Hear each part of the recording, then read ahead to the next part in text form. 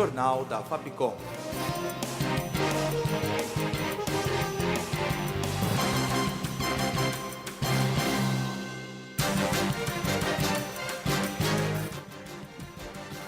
Economia dá sinais de recuperação e cresce 0,8% no terceiro trimestre. O emprego se mantém alto e ainda 12 milhões de pessoas à procura de trabalho. O presidente eleito Jair Bolsonaro anuncia ministro de Minas e Energia. O almirante Bento Costa Lima Leite será o 6º militar à frente de um ministério. Começa hoje a 10ª cúpula do G Vicente. Incêndio atinge comunidade na zona leste de São Paulo. Cresce os casos de feminicídio no Brasil. A professora Lilian Crepaldi analisa os números num bate-papo no estúdio. Agora, no Jornal da Fapcom, de 30 de novembro de 2018. Bom dia.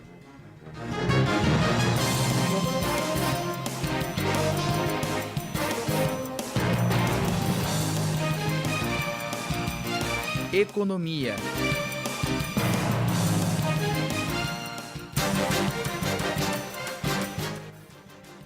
A economia brasileira cresce 0,8% no terceiro trimestre. Quem traz a informação é o repórter Thiago Martins. Bom dia, Thiago. Quais setores influenciaram no crescimento? Bom dia, João Pedro. Bom dia, Sara.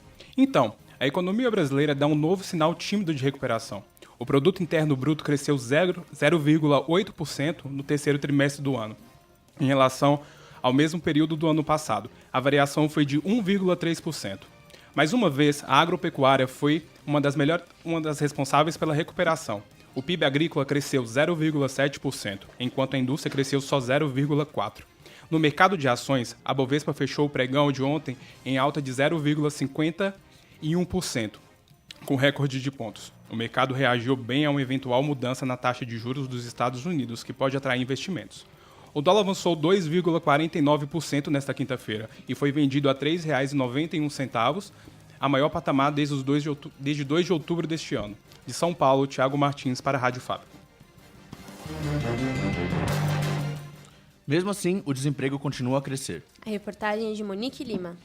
Hoje iremos falar sobre economia alternativa. De acordo com pesquisa divulgada pelo Instituto Brasileiro de Geografia e Estatística, o total de desempregados no trimestre que acabou em julho deste ano ultrapassam os 12 milhões no Brasil. O aumento do desemprego nos últimos anos foi ocasionado pelas demissões que aconteceram por causa da crise econômica que afeta o país desde 2015. Como resultado, houve a retração de investimentos e a consequente redução de gastos por parte das empresas, que precisaram demitir funcionários. Além disso, há ainda os novos profissionais que entraram no mercado de trabalho e não encontraram vagas. Na hora de driblar a crise, a criatividade é um diferencial e tanto, e os pequenos negócios aparecem como alternativa para muitas famílias brasileiras. Este foi um caminho que Ana Cibele Freitas, de 43 anos, encontrou. Ela explica por que decidiu pedir as contas do emprego e encarar outras possibilidades. Trabalhava com vendas de imóveis, né?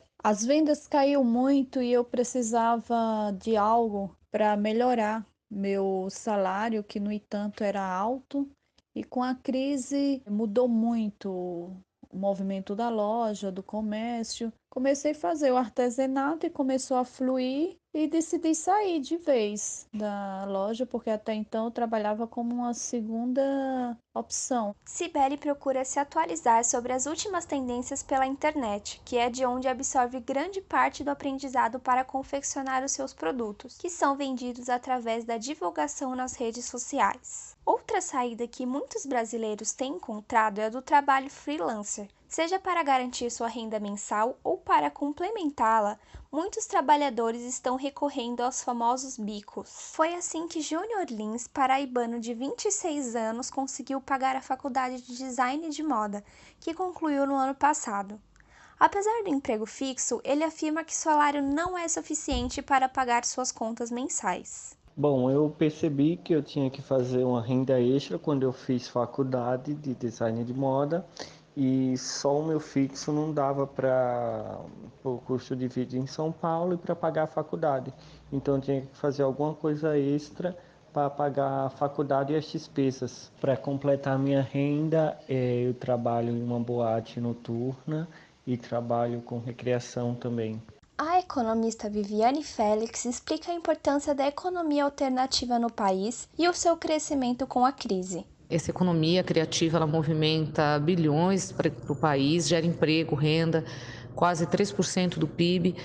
Mundialmente vem crescendo e no Brasil não é diferente. É uma economia que cresce dentro dos países emergentes, o Brasil é um dos que mais cresce. A economia alternativa ela já existe no Brasil, estava presente, mas hoje muito mais forte nos dias atuais. A crise econômica, ela estimulou sim esse tipo de economia. A pessoa perdeu o emprego, ele começou a ser Uber e a pessoa tinha alguma coisa que ela poderia alugar para arrecadar dinheiro.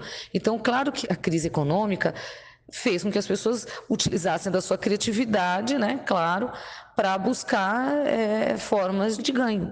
Segundo pesquisa realizada pelo Sebrae, que monitora aspectos do empreendedorismo no Brasil e no mundo, em 2017 os brasileiros trabalhando por conta própria somavam mais de 22 milhões, representando 1,2 milhões a mais do que no mesmo período em 2014. Monique Lima para o Jornal da Fapcom. Política.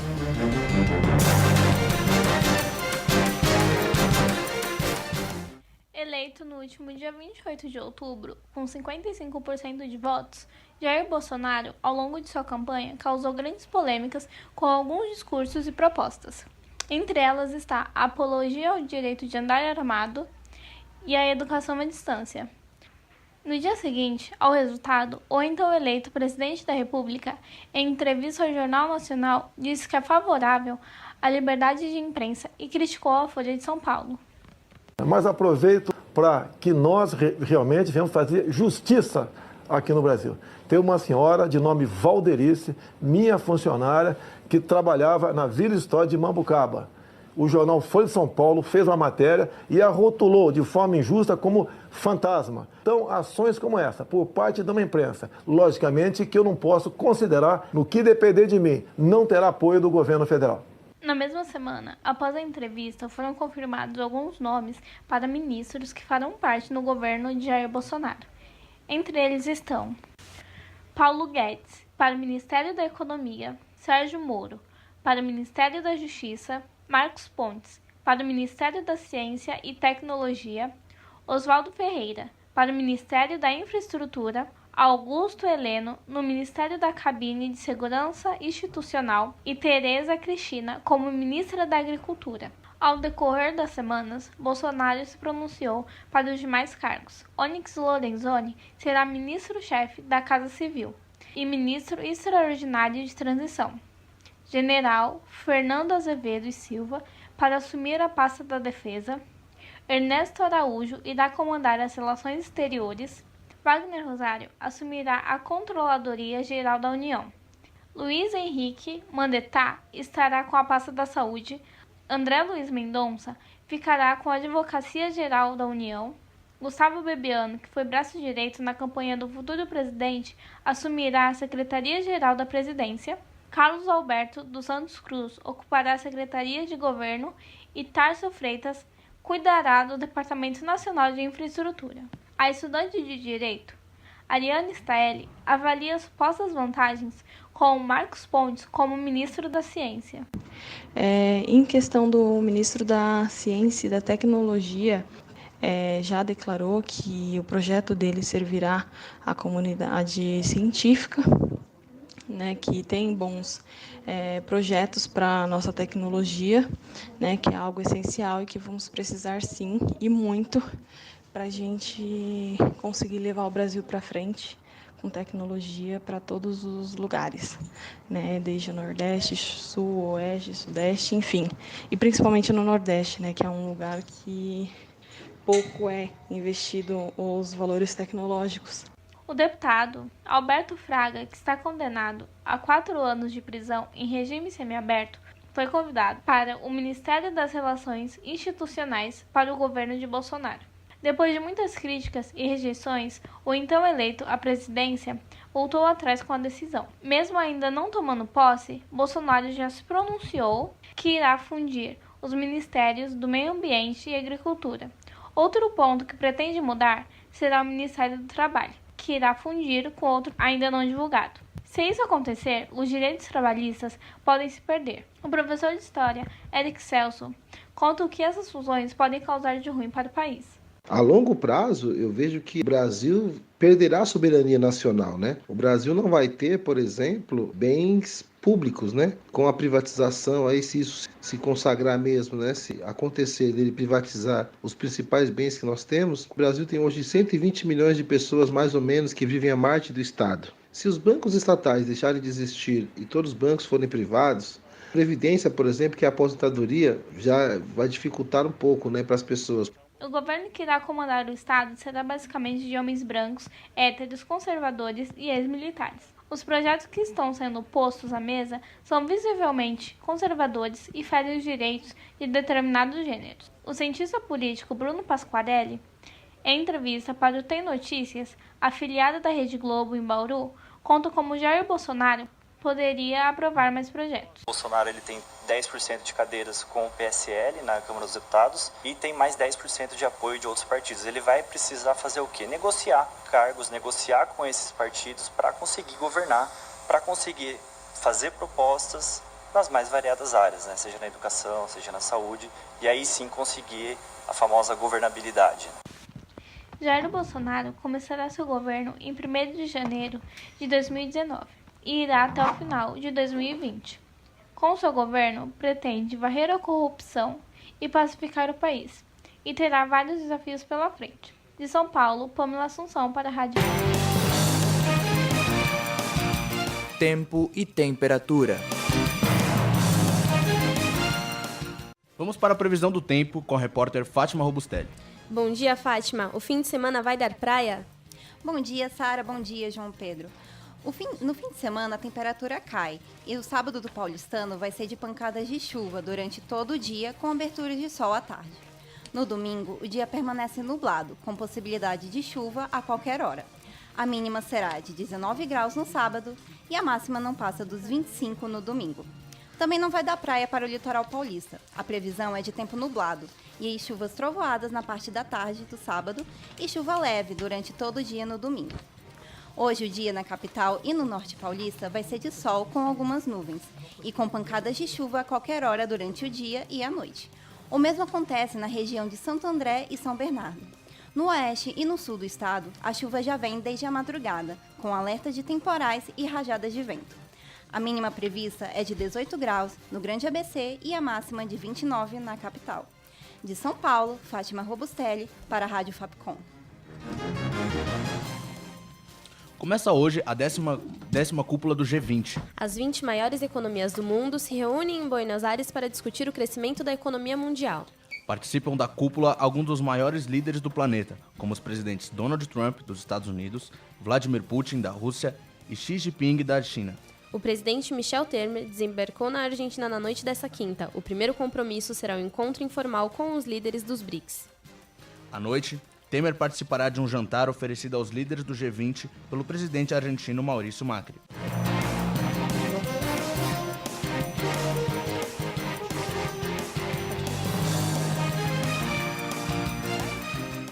O presidente Jair Bolsonaro anuncia o almirante Bento Costa Lima Leite como novo ministro de Minas e Energia. O anúncio foi feito pela página oficial de Bolsonaro no Twitter. Bento Costa Lima Leite será o 6º militar a assumir uma pasta no governo.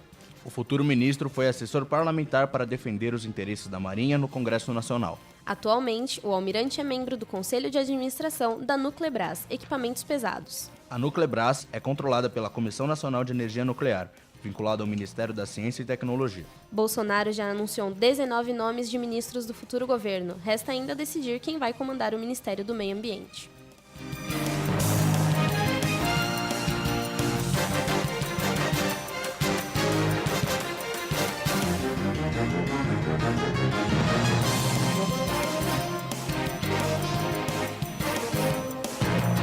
Incêndio atinge a região da Penha, zona leste de São Paulo, na manhã desta sexta-feira. Cerca de 20 barracos de madeira foram atingidos pelo fogo. Ninguém se feriu.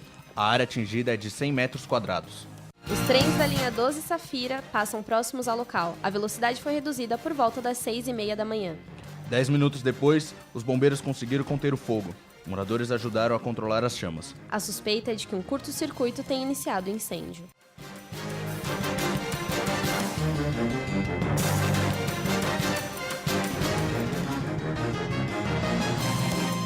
Trânsito.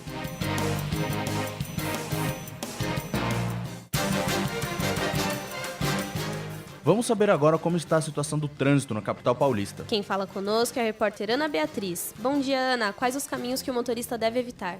Bom dia, Sara, João Pedro e ouvintes da Rádio Fapcom. O motorista que está saindo de casa agora deve evitar a Marginal Pinheiros. Parte da estrutura de uma ponte cedeu e, por isso, já há 15 dias há muito trânsito naquela região, próxima à ponte do Jaguaré.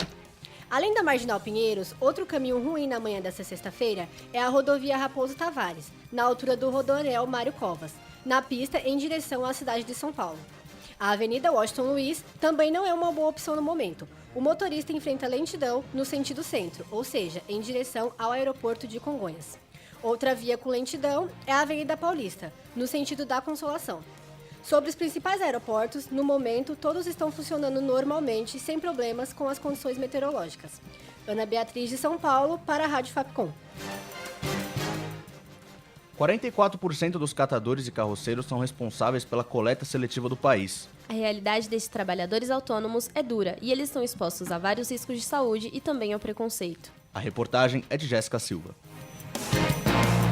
O lixo é considerado desagradável, nojento e repulsivo por causa do que ele representa e do cheiro forte de chorume. Apesar disso, algumas pessoas transformam a dificuldade de se trabalhar com lixo em fonte de renda. Em um país como o Brasil, no qual o número de desempregados chegou a 13 milhões em 2017, segundo o IBGE, o medo de não ter emprego no dia seguinte faz parte de quase todos os lares. Vandeil da Silva, de 37 anos, conta que ainda existe muito preconceito com quem lida com o lixo. Atualmente, ela trabalha como prensista na Copeiara, uma cooperativa com sede em Barueri, Grande São Paulo. Assim, acostumar, eu não acostumei, mas aí eu sou obrigada, né, que eu tenho filho, é daqui que eu tiro o sustento deles, né, mas como o emprego tá difícil, então eu não vou, enquanto eu estiver ganhando o alimento daqui, é daqui que eu tiro o sustento dos meus filhos, né. Então tem muito preconceito, mas a gente não vai olhar para esse lado, porque se olhar a gente fica desempregado. Amiga e companheira de trabalho de Vandeil, Elizabeth Alves lembra do filho de 18 anos que não consegue arrumar emprego e pesa na balança que não vale a pena deixar a cooperativa. A Copeiara recebe vários tipos de materiais recicláveis, como PET, papelão, alumínio, etc. Faz a separação na esteira, prensa os materiais iguais e depois comercializa os fardos para as indústrias. A cooperativa disponibiliza luvas, botas e outros meios de proteção aos cooperados, mas os catadores autônomos de rua não possuem essa segurança. De acordo com um estudo do Instituto de Energia e Ambiente da Universidade de São Paulo, quase 44% da coleta seletiva no país é de responsabilidade de catadores e carroceiros. O médico Rafael de Matos explica que essas pessoas estão sob condições de trabalho que trazem graves riscos à saúde. Os materiais geralmente não são separados. Pode estar com contaminação de outros materiais. Por exemplo, um lixo hospitalar. Se esse lixo hospitalar não é separado e ele está junto com outros materiais, eles ficam altamente contaminados. Então pode ter agulha, pode ter frasco de ampola quebrado, pode ter material de cirurgia. Então essas pessoas elas são mais propensas a ter algum acidente. Sérgio Bispo é catador e convive com a reciclagem desde o ventre da mãe. Agora, com 61 anos, ele lembra da infância no lixão na periferia de Salvador, onde já viu crianças serem soterradas pelo lixo despejado dos caminhões. Movido pelo sonho de ir a São Paulo, ele caminhou por 80 dias até chegar à cidade paulistana, mas por não ter onde morar, viveu nas ruas inicialmente com a sua única companheira de trabalho, a carroça. Sérgio fala de consumo consciente. E aí, catei no ventre da minha mãe, catei na estrada, catei na rua, catando amor da minha companheira, da minha família, catando dos meus amigos que me ensinei. A sociedade, que você acho que a fala de todo mundo é isso, a sociedade hoje ela está consumindo aceleradamente, não consumindo conscientemente, porque ela acaba... A gente só vê a embalagem pela boniteza e pelo produto. A gente tem que pensar que já tem oceano como um resíduo mal descartado. Sérgio é idealizador do projeto Combosa Seletiva, que recolhe materiais de empresas parceiras para reciclagem. Segundo a Política Nacional de Resíduos Sólidos, a PNRS, Todo lixo produzido no país tem o potencial de reciclagem, mas apenas 3% são reaproveitados. Além da reciclagem, a compostagem, que transforma restos de alimentos em adubo natural, também é a opção viável para o destino do lixo. Há ainda espaço para inovação e diversão. Rafael Ripp é professor de artes e idealizador do projeto Embatucadores, que utiliza materiais descartados para criar instrumentos musicais. Rafael fala quais foram os primeiros passos do projeto. Bom, o projeto surgiu há 15 anos atrás, nessa sala. Não era bem essa sala, né? Era tudo diferente aqui. A gente começou a fazer percussão corporal, porque não tinha instrumentos na escola. E da percussão corporal a gente foi agregando, ano a ano, várias sucatas que foram aparecendo, como tudo isso que você está vendo aqui, né? Cano de PVC, panelas, baldes, tábuas, ferro, garrafa de vidro, garrafa de plástico, ganzá de arroz, enfim, toda essa bugiganga aí, cabo de vassoura. Além de aulas de iniciação para crianças e adolescentes, o grupo profissional também realiza apresentações e já está gravando o primeiro CD. Você ouve agora um pouco do som que eles fazem.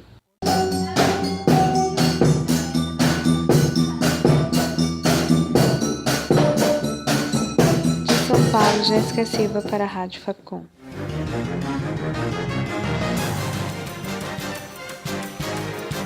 Jornal da Fapcom.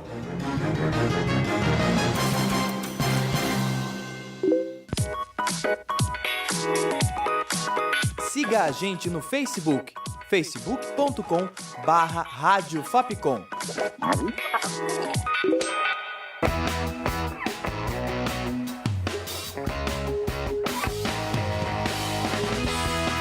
Rádio Fapcom. O som da comunicação.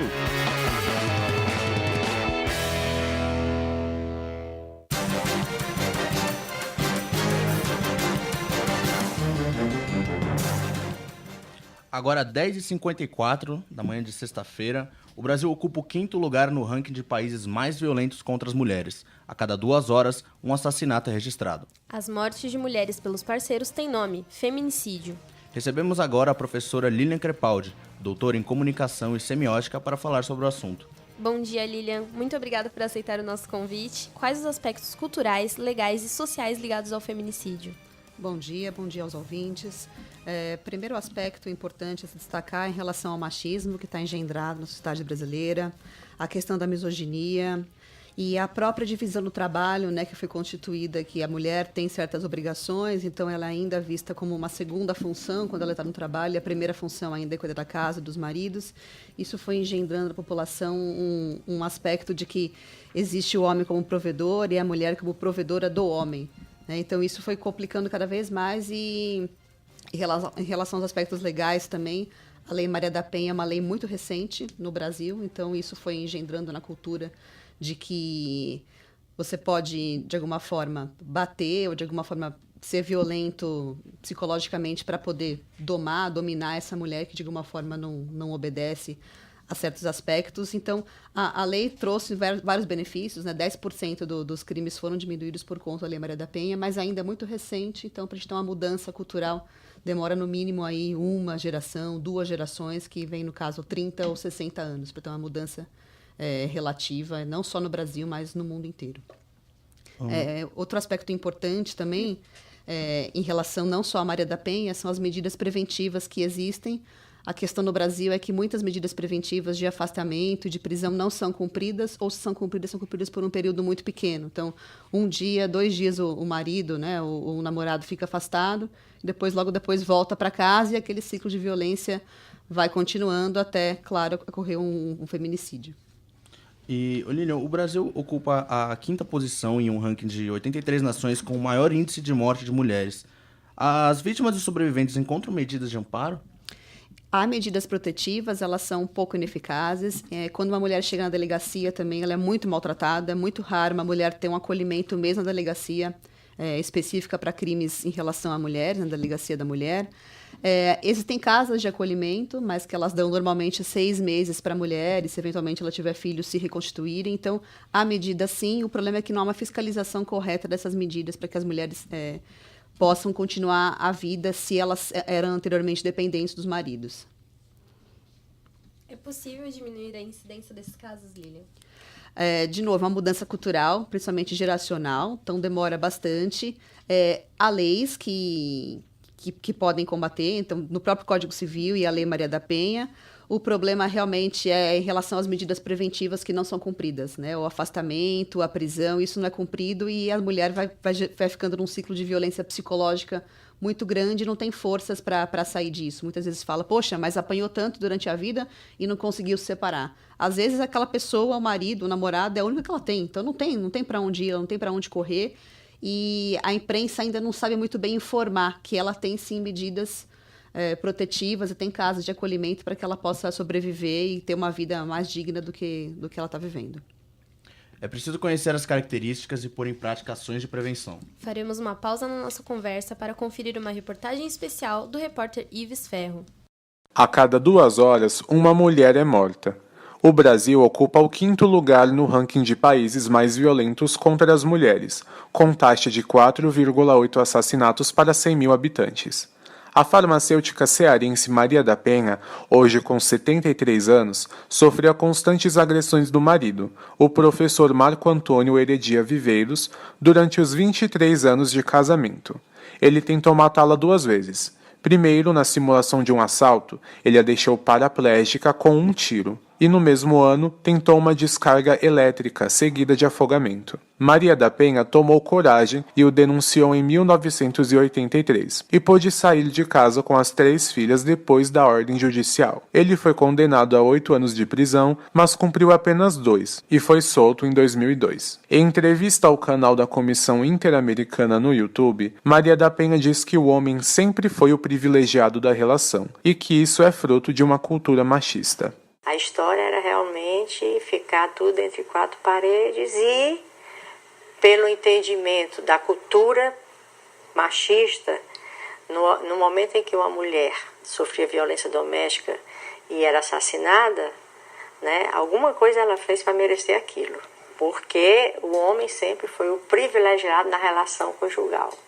A Lei Maria da Penha entrou em vigor em 2006, autorizada pelo então presidente Luiz Inácio Lula da Silva, com a ajuda da Comissão Interamericana de Direitos Humanos, que condenou o Brasil em 2001 pela omissão do caso de Maria da Penha. A professora Célia Sanches também conviveu com uma rotina de ameaças físicas e verbais do ex-marido por mais de 17 anos, onde eles moravam na freguesia do Ó, em São Paulo. Célia e a filha, Laura, de 19 anos, também eram ameaçadas com arma de fogo. Eu vivi 16 anos com uma arma dentro de casa. Eu sei o terror que é. Eu sei o quanto isso destruiu a minha vida e, das pessoas à minha volta. Célia não é divorciada legalmente, mas possui medida protetiva. Apesar disso, ela diz que o medo não diminui. Eu nunca mais tive contato com meu ex-marido. Eu tive que entrar com uma medida protetiva. Fiz uso da Lei Maria da Penha. Tem uma medida protetiva que impede de chegar perto de nós. Isso não diminui o meu medo de que, se ele encontrar comigo na rua, ele queira fazer alguma coisa. É um risco que se corre, mas hoje eu estou muito mais tranquila com relação a isso. O canal para denúncias de violência contra a mulher, o Disque 180, recebeu mais de 72 mil queixas apenas no primeiro semestre desse ano. Violência física foi o crime mais citado, seguida da violência psicológica e até sexual. Apesar do alto número de queixas, muitas mulheres ainda têm medo de denunciar. A biomédica Viviane Oliveira era impedida pelo ex-marido de estudar, de sair e de se relacionar socialmente. Depois de uma tentativa de feminicídio, ela diz que estabeleceu metas para seguir em frente e finalmente se libertar. O último episódio foi realmente o fato consumado de quase o feminicídio, que ele me viu numa balada e jogou um copo de uísque no meu rosto. Eu perdi a visão porque eu uso lente, caí, bati a cabeça no chão e ele começou a me asfixiar. E eu tava quase morrendo. E alguém tirou ele de cima de mim. Ali foi numa rua pública em que uma pessoa só se intrometeu. E eu coloquei metas porque eu sou negra, eu sou mulher, eu era mãe de um menino que não tinha o pai presente, não era casada. Então eu era tudo que a sociedade não acreditava. No Código Penal brasileiro, feminicídio é um termo usado para denominar as mortes violentas cometidas por razões da condição de sexo feminino, quando o crime envolve violência doméstica e familiar ou menosprezo ou discriminação à condição de mulher. Marixa Fabiani é juíza no Tribunal de Justiça de Minas Gerais e atuou diretamente nos processos do caso de Elisa Samúdio, que foi morta em 2010 a mando do namorado, o ex-goleiro Bruno. Ela descreve o feminicídio como uma violência exacerbada e destaca que a vítima é atacada não só para ser morta, mas também com a finalidade de sofrimento. Ele é marcado por uma violência exacerbada, onde a vítima é atacada não apenas com a finalidade de matar, mas também com uma finalidade sórdida de lhe impor um sofrimento adicional, tais como violência sexual, tortura, cárcere privado, uso de meio cruel, mutilação, desfiguração de partes do corpo que são associadas à feminilidade, como o rosto, seios e órgãos sexuais. O feminicídio é um crime evitável. A maioria das vítimas de violência doméstica nunca registrou boletim de ocorrência ou obteve uma medida de proteção pela justiça. Quebrar o silêncio e agir são estratégias mais efetivas na prevenção das mortes. De São Paulo, Ives Ferro para a Rádio Fapcom. Retomando a nossa entrevista com a professora Lilian Crepaldi, o caminho até o feminicídio passa pela violência doméstica, que não é só física. Lilian, qual a mensagem que você deixa para que as mulheres percebam um relacionamento abusivo ainda nos primeiros sinais? Acho que a primeira mensagem é: ele não vai mudar. Então, normalmente, a gente fica numa esperança, né? Acho que foi dessa vez, eu estava nervosa, eu provoquei, a mulher se coloca muito a culpa, né? Então, ter a noção de que uma primeira violência, às vezes pode ser até só verbal, já é um indício de que aquilo pode muito piorar e tem a ver com a característica daquele homem ou aquele momento da vida dele. Então, é importante, desde o início, procurar redes de apoio, ligar para o 180, procurar a delegacia da mulher, enfim, tomar as medidas protetivas, registrar boletim de ocorrência, porque isso é importante depois de uma denúncia futura, né, para poder se proteger. Então, essa mulher tem que ir atrás e tem que ter muita força, muita coragem e procurar principalmente as redes que às vezes podem ser até virtuais, um grupo de apoio dentro do Facebook ou de outras redes, para poder encontrar aí medidas que às vezes ela não vê tão clara, né, por não ter essa condição de informação, ela pode encontrar com outras vítimas ou com gente especializada no assunto. Existe também, hoje no Brasil, a chamada Justiça pela Paz em Casa, que é uma espécie de tribunal que você não precisa ir para a justiça, faz uma espécie de conciliação para tentar evitar que ocorram casos mais graves. Isso é um outro caminho, de repente, para não entrar numa instância maior do judiciário, que realmente atravanca bastante processo aqui no Brasil. Lilian, dentro da abordagem jornalística e do contexto social, como é possível chamar a questão para a atenção do feminicídio, uma vez que essas ameaças acontecem em casa, como a entrevistada falou, com arma de fogo? Como que ela vai falar com alguém para depois levar isso à imprensa? Bom, acho que a primeira função do jornalismo é buscar, além de buscar esses personagens, buscar um respaldo jurídico importante, buscar falar para essa mulher que ela tem, sim, opções, e fazer, além do jornalismo de denúncia, também buscar a questão do jornalismo de serviço, mostrar para elas, olha, há casas de acolhimento, você não está sozinha, tem grupos de apoio, então passar também uma mensagem de serviço para que essa mulher se sinta, acima de tudo, acolhida e não sozinha. Muito obrigada, Lilian, pela participação nessa manhã. Obrigada a vocês.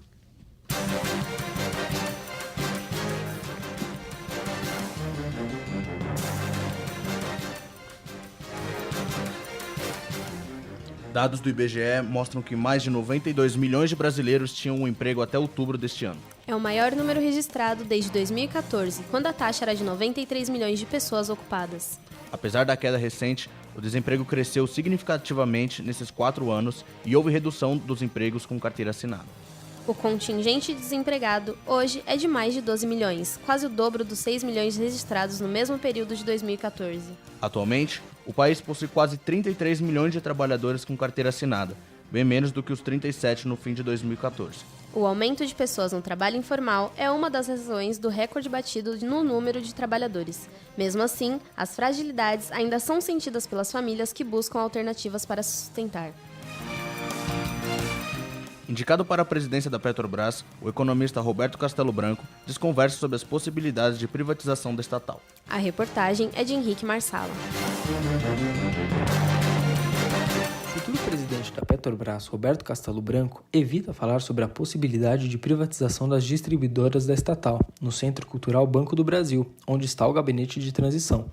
Questionado sobre as concessões, Castelo Branco disse que só vai tomar decisões a partir de janeiro de 2019 e que, por enquanto, não é nada da Petrobras. Os planos vão ser detalhados, então, por enquanto, eu não tenho nenhuma informação relevante para fornecer a vocês. Mas tem um prazo para isso, para detalhar esses planos? Agora, ao longo de novembro, dezembro, para chegar em janeiro pronto para enfrentar os desafios. Agora é a pré-temporada. O campeonato só começa em janeiro. Uma das únicas informações adiantadas pelo futuro presidente da Petrobras é que o foco da empresa será a exploração do pré-sal, cuja produção corresponde a 20% da fabricação de petróleo.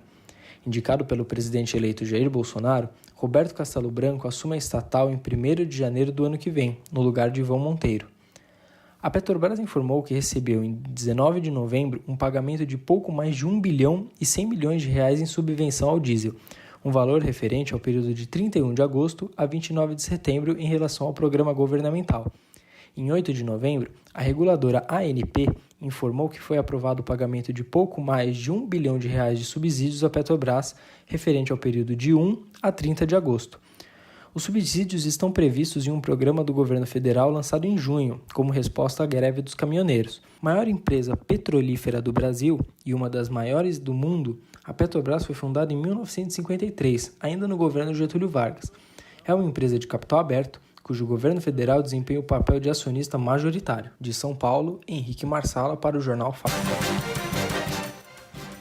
A seguir, crescem os casos de violência sofrida por praticantes de religiões de matriz africana. O Jornal da Fapcom volta já.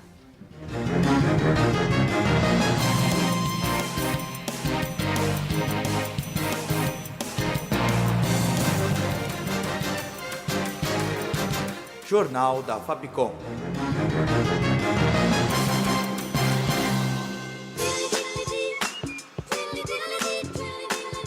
Siga a gente no Twitter, @Rádio Fapcom. Os discos que marcaram uma geração estão aqui no Melhores Discos. Informações, análises, curiosidades e muito mais. Melhores Discos. Toda terça-feira, às 6 da tarde.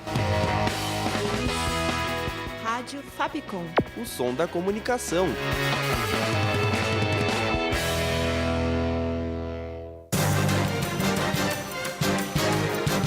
Jornal da Fapcom.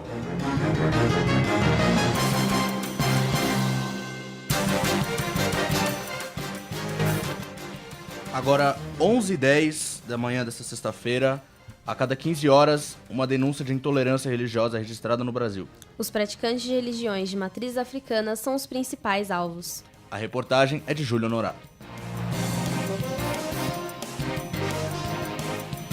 Templos invadidos, umbandistas e candomblecistas vítimas de agressões e pedradas, imagens sagradas e terreiros destruídos, ofensas verbais, incêndios e homicídios. Este cenário preocupa os praticantes de diversas religiões no Brasil. Um caso marcante da intolerância religiosa presente no país é o de Maria da Conceição Cerqueira da Silva. Em agosto de 2017, a mulher foi agredida a pedradas na Baixada Fluminense, em Nova Iguaçu. Migrante nordestina e candomblecista, Maria da Conceição sofria ataques verbais de sua vizinhança e era chamada de velha macumbeira. O termo macumba é associado pelos leigos às oferendas que são feitas pelas religiões de matriz africana em rituais de magia negra. Porém, macumba descreve um instrumento de percussão de origem africana parecido com o reco-reco antes de se tornar uma palavra pejorativa. A professora de inglês Amanda Lucas, de 26 anos, conta que sempre lidou com a reprovação da avó em relação à prática da Umbanda. E uma vez meu pai teve uma situação que o lugar que ele frequentava O pai de santo sofreu muito, assim, de saúde até ele morrer, né? E minha avó falava que era por causa das coisas que ele fazia e tudo mais. E, assim, na verdade, a pessoa tem a opção de seguir, digamos que o lado bom ou o lado ruim, né? Mas ela só via, assim, as coisas ruins que traziam. Em 2017, foram registrados 169 casos de intolerância religiosa pelo Disque 100, canal que reúne denúncias. Os praticantes da Umbanda, do Candomblé e das matrizes africanas são os que mais sofrem com a intolerância religiosa. Os crimes de intolerância religiosa com agressões físicas são desconsiderados dessa categoria quando o boletim de ocorrência é registrado. Segundo a advogada Lívia Pereira, especialista na área criminal, quando isso acontece, os crimes entram na categoria de lesão corporal e não de intolerância. Acontece que as delegacias não estão preparadas para esse tipo de crime. Então, muitas vezes, essas pessoas que sofrem dessa intolerância, elas sofrem violência física. E esses boletins de ocorrência constatam a lesão corporal e não exatamente a intolerância religiosa. Então, isso sem contar com vários casos que não chegam às delegacias. No Brasil, é registrada uma denúncia a cada 15 horas, segundo a Secretaria Especial dos Direitos Humanos. O discurso de ódio dos que rejeitam as crenças afrodescendentes possui um fator em comum: a comparação com o inferno. Ludmila dos Santos, de 32 anos, é evangélica e frequenta a Igreja Batista Vida Plena. Apesar de acreditar que a Umbanda pode possuir algum valor para seus praticantes, ela não apoia os rituais da religião. A Umbanda promove ajuda a outras pessoas, que é uma coisa boa, mas o meio é errado. Os espíritos bons que dão ajuda e curam são verdade demônios, enganadores. 1 Timóteo 4:1 vai nos dar referência sobre isso. O resultado na hora pode ser boa, mas as consequências no longo prazo é muito ruim, porque invoca influências malignas sobre a vida do ser humano. Ludmila ainda argumenta usando trechos da Bíblia o motivo do seu repúdio às práticas espíritas. A Bíblia diz claramente que é pecado tentar estabelecer contato com os espíritos. Práticas espíritas são condenadas na Bíblia. Deuteronômio 18, 10, 12 diz sobre isso. Embora aceite a existência de um Deus único, a Umbanda não é compatível com a Bíblia. A Bíblia ensina que só morremos uma vez e depois enfrentamos o juízo. Hebreus 9, 27 nos dá a referência. Não existe reencarnação e os mortos não entram em contato conosco. Para a psicóloga clínica e consultora empresarial Ana Paula Siqueira, de 43 anos, esses casos podem ser explicados pela falta de limites das pessoas intolerantes à diversidade.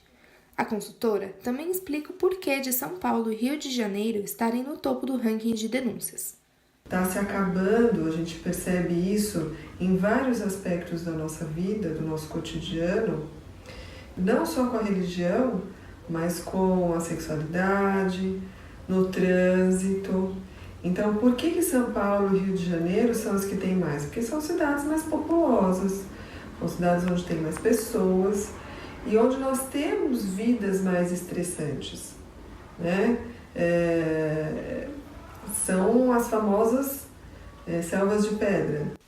Nos últimos 5 anos, as denúncias de intolerância religiosa aumentaram quase 4.000%, de acordo com a Secretaria dos Direitos Humanos.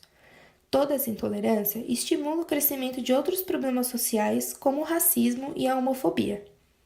O Brasil é considerado um estado laico, ou seja, neutro quando se trata de religião.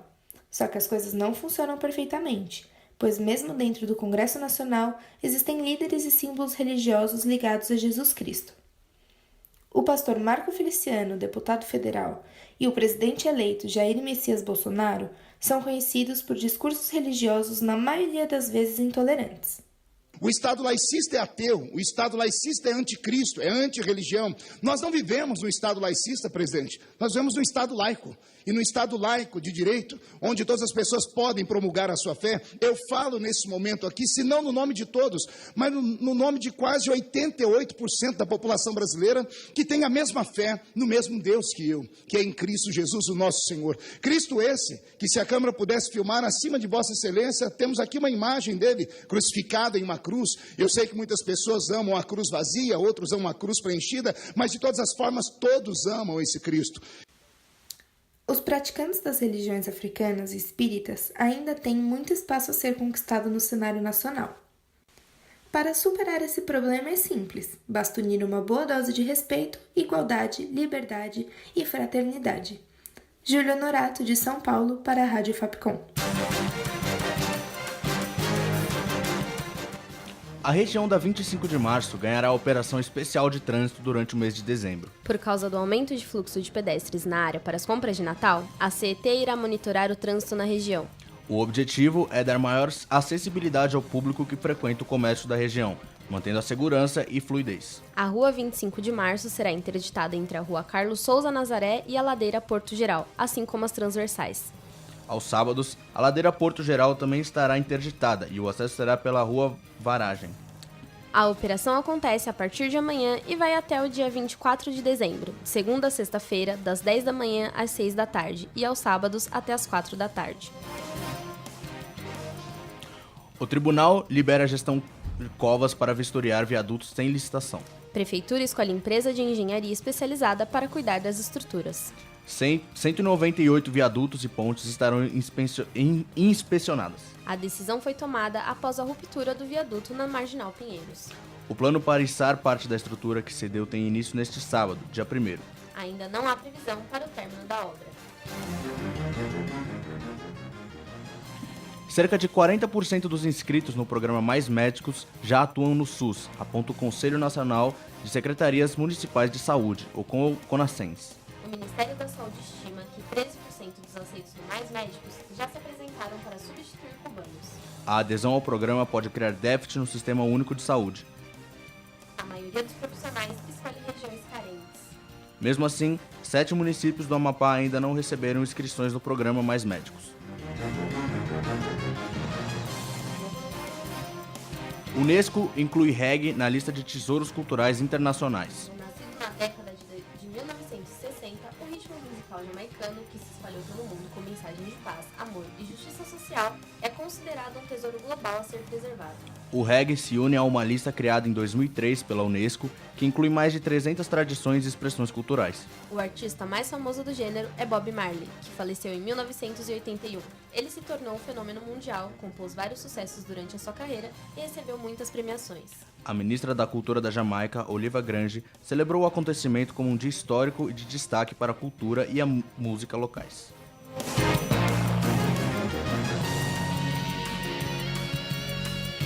Esporte.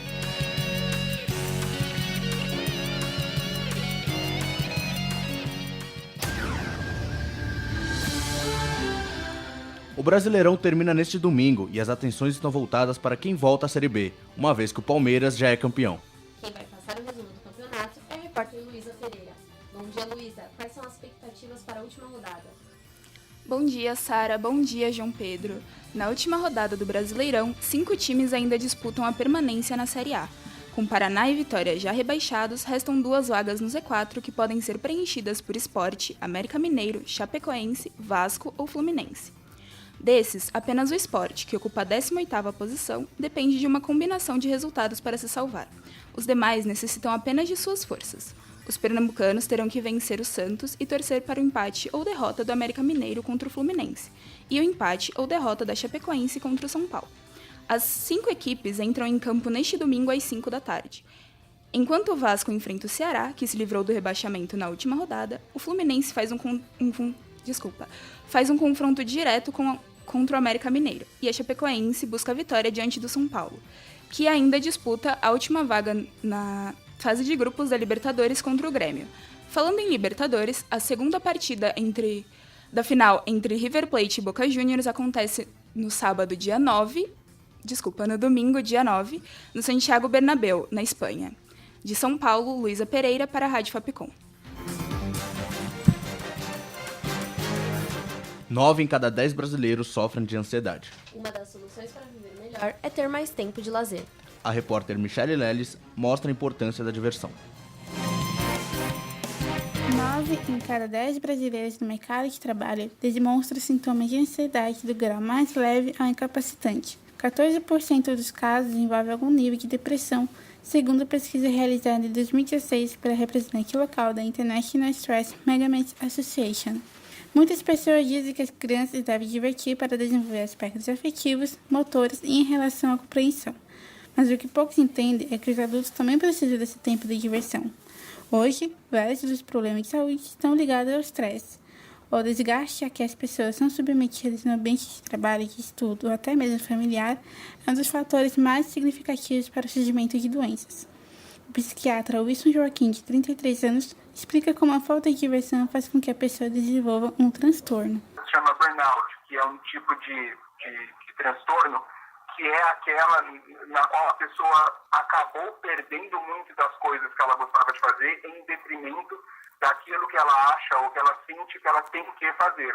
Que é o estado de fadiga crônica. A pessoa não consegue mais, esses sintomas aparecem, mas a pessoa não consegue mais relaxar, necessariamente fica desanimada, fica inconsistente, às vezes o sono fica ruim, fica fazendo do modo muito amargo, simplesmente porque a pessoa não se autoestimula a ter prazer na vida. A diversão é uma forma de deixar de fazer algo que está presente na sua rotina, dedicando tempo para o próprio bem-estar. Quando a concentração e o esforço do corpo e da mente relaxam, trazendo desconcentração e restabelecimento do equilíbrio, e reduzindo o estresse, por exemplo. O lazer está em diferentes locais, na própria casa, em bares, em salões religiosos, comerciais, em parques, entre outros lugares. Ele também faz bem às pessoas em datas festivas, como Carnaval, Natal, Páscoa, Ano Novo, Festa Junina e as diferentes comemorações culturais que existem. A psicóloga de 49 anos, Adriana Severini, ressalta a importância que a diversão causa para o indivíduo. Estou dedicando tudo ao trabalho e às vezes eu não gosto do meu trabalho, eu fujo e eu estou só buscando a família. Alguma coisa está errada no outro âmbito também. Quando fala de saúde, é você ter tempo para ir ao médico, para você se exercitar, se alimentar direitinho, fazer refeições no horário certo, conseguir parar para almoçar. E aí, tudo isso você começa a ter uma vida muito melhor. Então, você consegue ter tempo para lazer e fazer coisas gostosas, coisas que te façam bem, inclusive o trabalho. Diversas pessoas acreditam que é possível ter um momento de lazer sem fazer aquilo que de fato gosta, seja por hábito ou por pressão da sociedade. É neste momento que alguns acabam transformando o que deveria ser prazeroso em um tormento e angústia. O estudante de ciências da computação, Gabriel Oliveira, relata que querer sempre resolver o problema e não se divertir é algo que não deve ser feito. A gente coloca bastante pressão na gente mesmo e acaba se cobrando bastante quando vai sair, vai se divertir, fazer alguma coisa, por achar que está fazendo algo errado. E isso é bem ruim, pode acabar levando uma depressão e quando você entra nessa rotina é difícil você sair. Entra numa coisa mais complicada. A pessoa saber que enquanto ela não está numa situação tão ruim, ela tentar pensar desse jeito e tentar suprir um pouco essa necessidade, essa vontade de querer sempre estar resolvendo seus problemas e achar que tem que fazer tudo na hora certa, de uma forma perfeita e aceitar as coisas um pouco mais como elas são. Talvez seja algo legal. É necessário ter uma vida equilibrada e compreender a relevância que o papel da diversão tem. Para ter uma saúde mental e física de qualidade, é preciso de equilíbrio entre trabalho e lazer. Esse momento de descontração não deve ser visto apenas como uma válvula de escape, fuga de rotina, mas sim como uma porta que abre novas possibilidades para o social, pessoal e também profissional. Michele Leles, de São Paulo, para a Rádio Fapcom.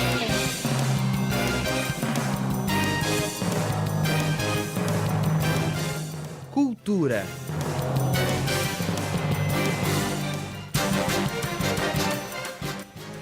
Agora vamos saber qual a programação cultural para o fim de semana. Quem fala conosco é a repórter Yasmin Pereira. Bom dia, Yasmin. Quais as sugestões de passeios na capital? Bom dia, Sara. Bom dia, João Pedro. Bom dia, ouvintes da Rádio Fapcom. O fim de semana vai ser bem agitado em São Paulo. Para os amantes da cultura nerd, a exposição Quadrinhos no Museu de Imagem e Som é um prato cheio. com revistas, artes originais e itens raros espalhados por ambientes temáticos e imersivos. Aberta de terça a sábado, das 10 até as 8 da noite, e aos domingos e feriado, das 9 até as 6 da tarde. Uma atração imperdível para toda a família é a peça teatral Chaplin, o musical, dirigida por Cláudia Raia, com sessão gratuita no domingo no Parque do Povo, em Pinheiros, além de outras atividades.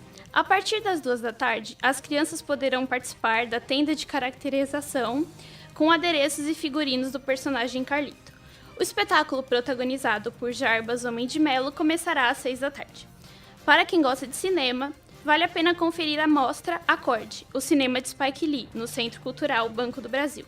O ingresso custa R$10 e a programação já está disponível no site. Quando a fome bater, uma ótima pedida é o Festival de Cerveja Artesanal e Comida Alemã, que começa às 11 horas no Memorial da América Latina, próximo à estação Barra Funda do metrô.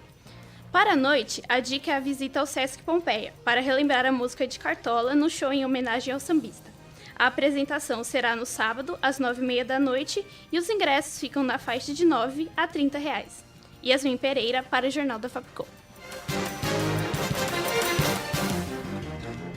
O Jornal da Fapcom fica por aqui. Com produção, redação e locução dos alunos do 4º semestre de jornalismo matutino, sonoplastia de Roger Romero e orientação de Wagner Belmonte. Essa foi uma produção da Rádio Fapcom 2018.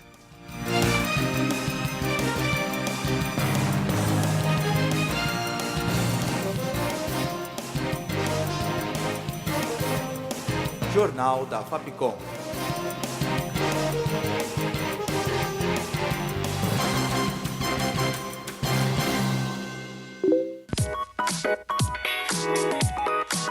Siga a gente no Facebook, facebook.com/Rádio Fapcom.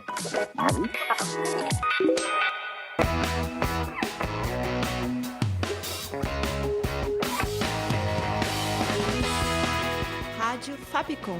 O som da comunicação.